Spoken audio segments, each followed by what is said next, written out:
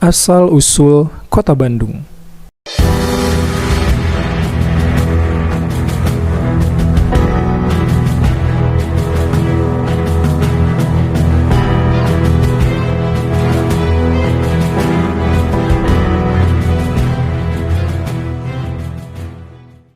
Guys, kita semua tahu bahwa Kota Bandung merupakan kota yang menjadi ibu kota Provinsi Jawa Barat yang dipimpin oleh Bapak terhormat Ridwan Kamil. Bandung juga merupakan kota yang terkenal dengan wisata-wisata pemandangannya yang sangat indah, puncak-puncak seperti di Lembang, gedung-gedung yang berjajar yang mempunyai ciri khas masing-masing. Gedung yang mempunyai ciri khas terutama di Bandung yaitu gedung sate. Tapi yang ingin kita bahas sekarang bukan perihal gedung sate atau wisata yang ada di Kota Bandung. Bahkan bukan tentang sate yang ada di Kota Bandung.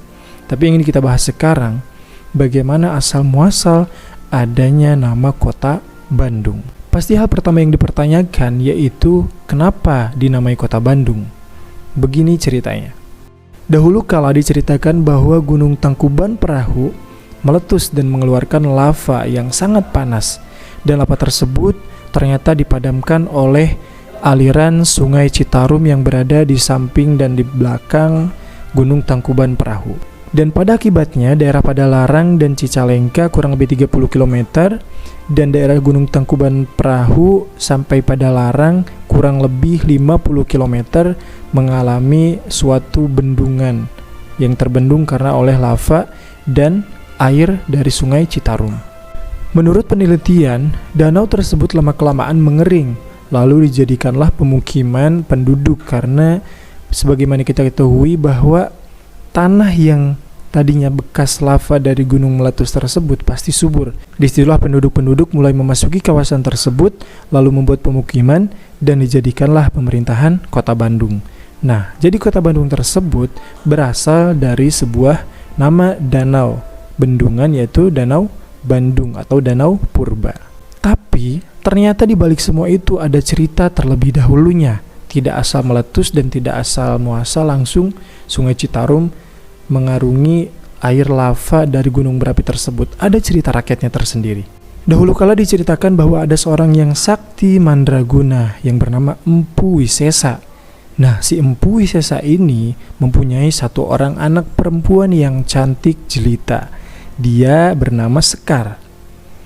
Suatu ketika Empu Wisesa sedang berjalan menuju keluar dan Empu Wisesa menemukan dua orang anak laki-laki ditemukan secara bersamaan. Nah, Empu Wisesa memberikan nama kepada dua orang anak tersebut. Yang pertama diberi nama Wira, yang kedua diberi nama Jaka. Tetapi dua orang anak ini memiliki karakteristik yang berbeda. Si Wira dan si Jaka mempunyai karakter yang berbeda. Semakin lama-kelamaan tumbuh besarlah mereka menjadi anak murid dari Empu Wisesa. Nah, si Wira ini memiliki kepribadian yang sangat rajin. Meskipun ketika latihan pencak silat misalkan, latihan bela diri, dan latihan ilmu-ilmu kanuragan dari Empu Wisesa, Wira selalu giat berlatih meskipun tidak dilihat oleh Empu Wisesa.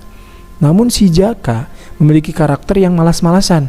Kalau misalkan Empu Wisesa tidak melihatnya sedang latihan, lantas si Jaka ini pun ya bermalas-malasan seadanya. Kalau Empu Wisesa melihat baru dia latihan. Kalau nggak lihat ya dia tidur-tiduran rebahannya kayak anak zaman sekarang. Tapi anak zaman sekarang bedanya scroll TikTok mungkin ya.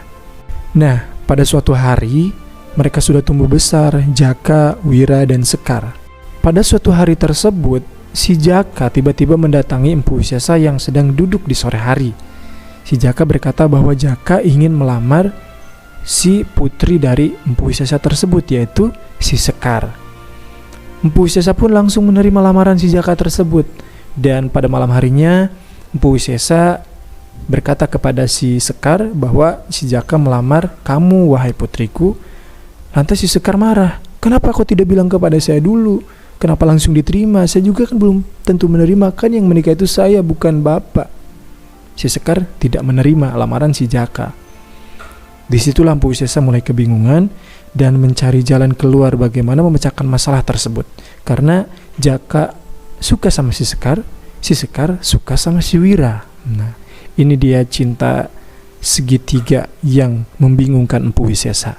Nah, pada keesokan harinya, Empu Wisesa pun keluar rumah, berpikir bagaimana cara untuk menyelesaikan masalah tersebut.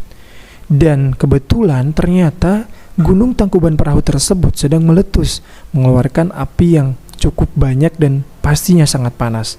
Disitulah Empu Wisesa berpikir dan ingin mengadakan sayembara untuk si Jaka dan si Wira. Disitulah Empu Wisesa kepikiran, saya akan mengadakan sayembara. Sayembaranya yaitu barang siapa yang bisa memadamkan api dari gunung tersebut, dia yang akan menjadi menantu saya menikah dengan si Sekar. Sore hari kemudian Empu Wisesa menemui Jaka dan Wira dan mengumumkan hal tersebut. Kedua orang yang memiliki sifat berbeda ini memiliki tanggapan yang berbeda juga. Si Wira yang menganggap bahwa saya pasti bisa, tapi saya harus berusaha, harus mencari bagaimana caranya bisa memadamkan api tersebut. Tapi si Jaka, karena karakteristiknya yang malas-malasan, tidak ada usaha, dia pun langsung berpikir bahwa emang bisa gunung segede itu, api sepanas itu bisa dipadamkan? Gimana caranya? Lantas si Wira pun langsung bergegas untuk mencari dari mana sumber air yang paling banyak yang bisa memadamkan dari gunung api tersebut. Lantas si Wira pun melihat ke belakang sebelah kanan atau sebelah kiri dari gunung tersebut. Ternyata ada sungai Citarum yang airnya tuh sangat banyak. Tapi di situ ada tembok penghalang, bukan tembok, ada bukit yang menghalangi air bisa mengalir ke aliran lava dari gunung tersebut. Lalu si Wira pun berusaha sekuat mungkin mengeluarkan tenaga dalam kanuragan yang diajarkan Empu Wisesa untuk memadamkan api tersebut dengan cara menjebolkan halangan atau bukit yang menghalangi aliran sungai Citarum ke air lava gunung tersebut. Nah, singkat cerita si Wira pun berhasil tuh menjebolkan dari bukit yang menghalangi aliran sungai Citarum ke Tangkuban Perahu.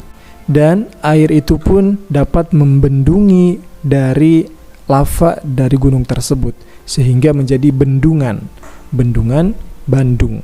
Nah, singkat cerita si Wira pun berhasil dan Empu Wisesa pun menerima lamaran Wira dan Sekar pun senang karena bisa menikah dengan orang yang dicintainya.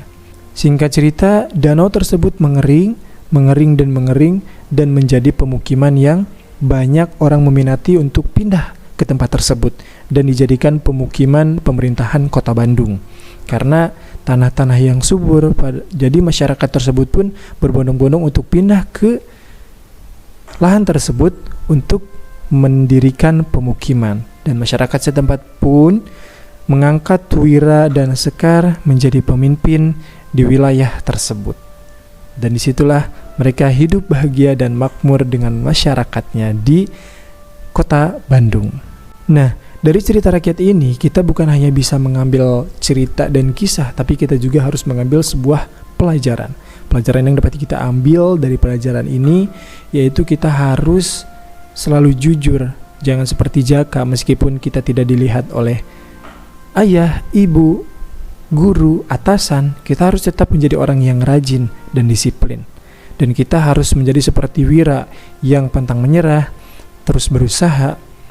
Pasti ada jalan keluar di setiap permasalahan di hidup kita. Nah, itulah tadi cerita rakyat yang singkat dari awal mula berdirinya Kota Bandung. Awal mula asal nama Kota Bandung dicetuskan menjadi Kota Bandung. Oke guys, kita akan bertemu di video selanjutnya. Kita akan membahas cerita-cerita rakyat dari seluruh daerah yang ada di Indonesia dan beserta keunikan-keunikan dan keanekaragamannya. Sampai berjumpa di video selanjutnya. Bye.